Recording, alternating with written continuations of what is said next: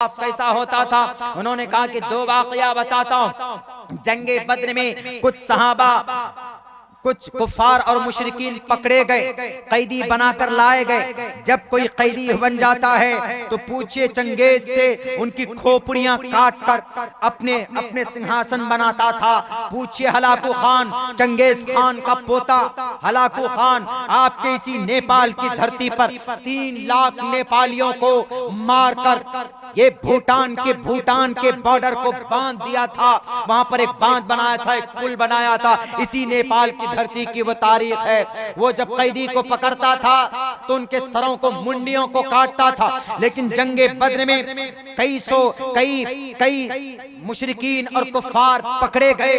अल्लाह के नबी के चचा हजरत अब्बास भी पकड़े गए और अल्लाह के नबी के दामाद हजरत अबुल आस भी पकड़े गए। जब आपके पास पकड़ कर लाए गए और वहां पर उनको कैदी बनाकर एक घर में रखा गया और ये कहा कि कोई भूखा नहीं रहना चाहिए, कोई कैदी भूखा नहीं रहना चाहिए, बांट दिया जाता है सहाबाए किराम में। बताओ दुनिया के अंदर कोई बादशाह ऐसा गुजरा है?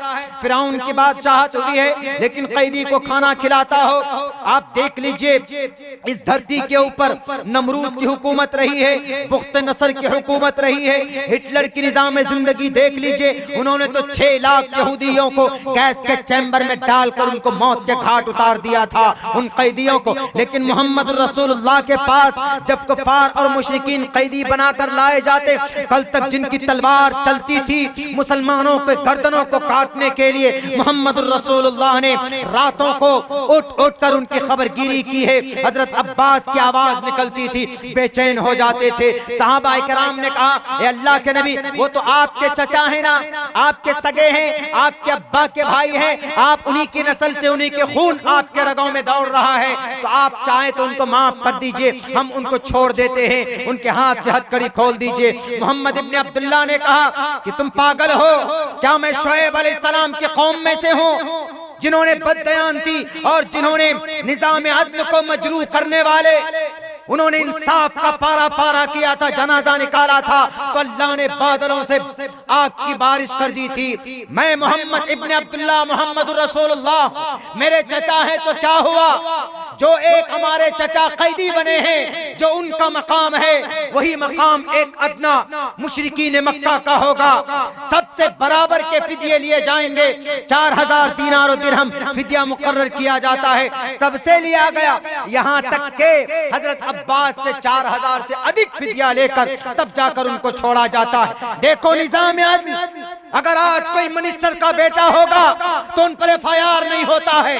अगर आज कोई प्रधान का बेटा होगा, मुखिया का बेटा होगा, तो आज वो लाखों का घोटाला कर ले, शराब पी ले, अय्याशी कर ले, उनके ऊपर कोई केस फाइल नहीं होगा। उनके एक फोन कॉल पर आईओ दौड़ के जाता है, सच्चो सच्चा करता है। लेकिन मोहम्मद इब्ने अब्दुल्लाह सिर्फ मुसलमानों के नबी नहीं थे, इस दुनिया के जगतपति असीना सदूद मन मट्ठेश्वरी गुणन्विता। सेल्फ डिनायल, काइंडनेस, अपनी जिंदगी को कुर्बान कर कर इंसानों के लिए एक मिसाल कायम करने वाले, मानवता का दर्श देने वाले, मानवता का पैगाम देने वाले। जब बारी आती आपके दामाद हजरत अबुल आस रजी अल्लाह ताला अन्हु, तो हजरत अबुल आस के पास कुछ भी नहीं था, कैदी थे, जंग करने आए थे नबी पाक अलैहिस्सलाम से। उन्होंने कहा कि अबुल आस, डू यू हैव एनीथिंग, कुछ है? उन्होंने कहा sir I have empty, I am helpless right now, मेरे पास कुछ भी नहीं। उन्होंने कहा कि कुछ नहीं है तुम्हारे पास, जाओ कैदी बनकर या तो कुछ मंगाओ। अल्लाह के नबी के दामाद बेटी है, उनके निकाह हजरत ज़ैनब रज़ी अल्लाह ताला अन्हा। बड़ी गौर से सुनना क्रिश्चियन राइटर, अरे इतना महान इंसान हमको पहले लिखना था, इनको बाद में कहां लाकर रखेंगे? कहा ऐसा हुआ रियल में? कहा कि सर देख लीजिए, आप अपनी ग्रंथ को उठाकर देख लीजिए, वहां पर मौजूद है।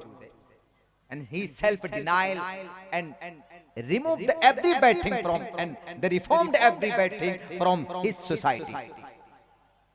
Every time he worked hard, to build up and his society and villages and cities. हमेशा मेहनत की उन्होंने कहा अच्छा और बताओ, कहा क्या बुलास, पैसे हैं, कहा नहीं। कहा कि घर में खबर भिजवाओ अपनी अहलिया को, अपने परिवार को। मक्का खबर भिजवाया। हजरत ज़ैनब के पास कुछ नहीं था देने के लिए, तो हजरत ज़ैनब ने वो हार दिया, जो हार हजरत ज़ैनब को उनके अम्मा खदीजतुल कुबरा ने दिया था। वो हार लेकर के पहुंचे। हजरत अबुल आस ने कहा कि सर ये है या रसूलुल्लाह, ये मेरे पास। उन्होंने कहा कि ये हार। अल्लाह के नबी की आंखों से आंसू आने लगे। उन्होंने कहा कि ये हार तो खदीजा का है ना, ये खदीजा का हार उनको उन्होंने अपनी बेटी को दिया था शादी के मौके पर, ये लेकर आए। उन्होंने कहा कि हाँ सर मेरे पास तो यही है। सर मैं बोल रहा हूँ, लेकिन उस वक्त सर नहीं होता था, क्योंकि sir it is a common word used for every person, हर किसी के लिए इस्तेमाल होता। उन्होंने कहा कि हजरत ये हार है, यही मेरे पास। का कोई बात नहीं, देना तो पड़ेगा, फ्री में तो नहीं छोड़ूंगा।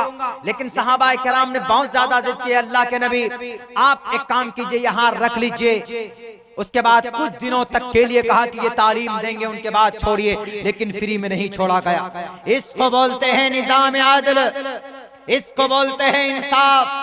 पीएम की कुर्सी पर बैठकर, सीएम की कुर्सी पर बैठकर सिर्फ धर्म की बात करने से नहीं होता। अगर कोई मुसलमान है नेपाल की धरती में, या कोई हिंदू है नेपाल की धरती में, या कोई आदिवासी है, या कोई पहाड़ में रहने वाले हमारे पहाड़ के रहने वाले भाई हैं, तो उनके सबके सब सम्मान की निगाह से देखे जाने चाहिए, इंसाफ होने चाहिए बराबरी के साथ। लेकिन नहीं, आरक्षण दे दो उनको, वो तो SC ST से है, वो OBC से है, वो फला से है, वो फला से है। ये निजाम खत्म होना चाहिए। कुल्लुहुम सवा, सबके सब बराबर है, सबके सब इस धरती पर एक माँ बाप की संतान है। निजाम कायम करना है अदल का। मोहम्मद रसूलुल्लाह की जिंदगी को देखो कि अपने दामाद को भी नहीं छोड़ते, अपने दामाद से भी फिदिया लेकर उनको तय किया जाता है कि तालीम दो, स्कूल में पढ़ाओ, मदरसे में पढ़ाओ, कुरान के और हदीस का दर्स दो, तब जाकर तुमको यहाँ से छुटकारा मिलेगा। ये निजाम अदल है। जब ये निजाम अदल को देखा तो वो क्रिश्चियन डाइटर इन द एंड कहता है कि सर अब तो मुझे लिखना पड़ेगा। सबकी किताब, सबके जो 99% लोगों की जो हिस्ट्री और इतिहास थी, उन्होंने कहा